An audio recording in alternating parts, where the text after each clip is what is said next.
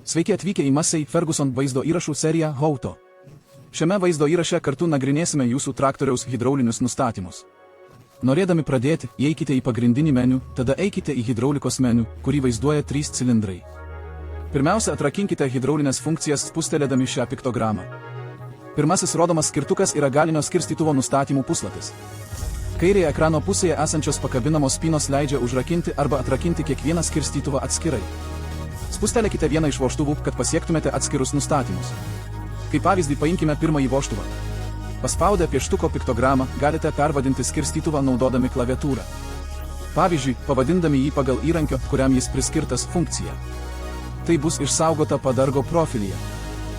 Paspauskite OK, kad patvirtintumėte. Toliau galite reguliuoti srauto greitį. Jis rodomas procentais. Paspauskite pliusą, kad padidintumėte srauto normą, arba minusą, kad sumažintumėte. Norėdami išlaikyti vienodą srauto normą ir pliusui, ir minusui, paspauskite sinchronizuoti. Įjungus piktogramą, ji taps žalia. Tame pačiame meniu galite nustatyti vožtuvo įjungimo strategiją.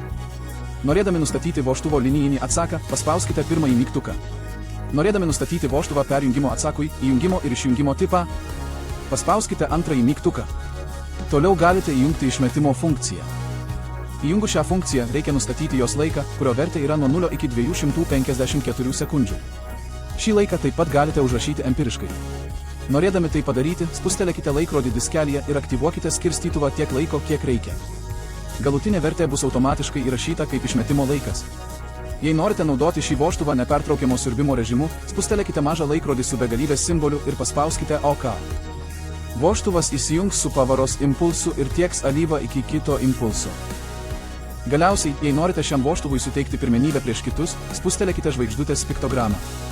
Esant dideliam hidrauliniam poreikiui, traktorius užtikrins, kad 100% alyvos poreikis šiam vožtuvui būtų patenkintas pirmiausia. Baigdami spustelėkite OK, kad išsaugotumėte pakeitimus.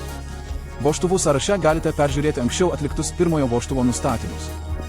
Kiekvieną vožtuvą galima priskirti vienai ar kelioms hidraulinėms pavaroms spustelėjus pliusą.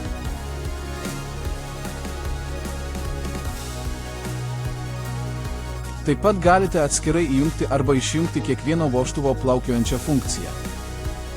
Kitame skirtuke rasite tas pačias priekinių skirstytuvų reguliavimo parinktis. Kiek žemiau yra skirtukas vožtuvų priskyrimas skirtingiems valdikliams. Pasirinkite, kurį vožtuvą valdo kiekvienas valdiklis. Žemiau rasite mygtuką dvigubam hidrauliniam siurbliui įjungti. Jei traktoriuje įrengta, paspauskite ekrano apačioje dešinėje pusėje esantį mygtuką, kad vienu metu užrakintumėte ir atrakintumėte visų skirstytuvų išmetimo trukmės funkcijas.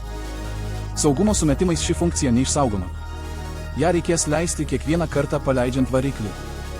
Dabar turite išsame traktoriaus hidraulinių nustatymų apžvalgą.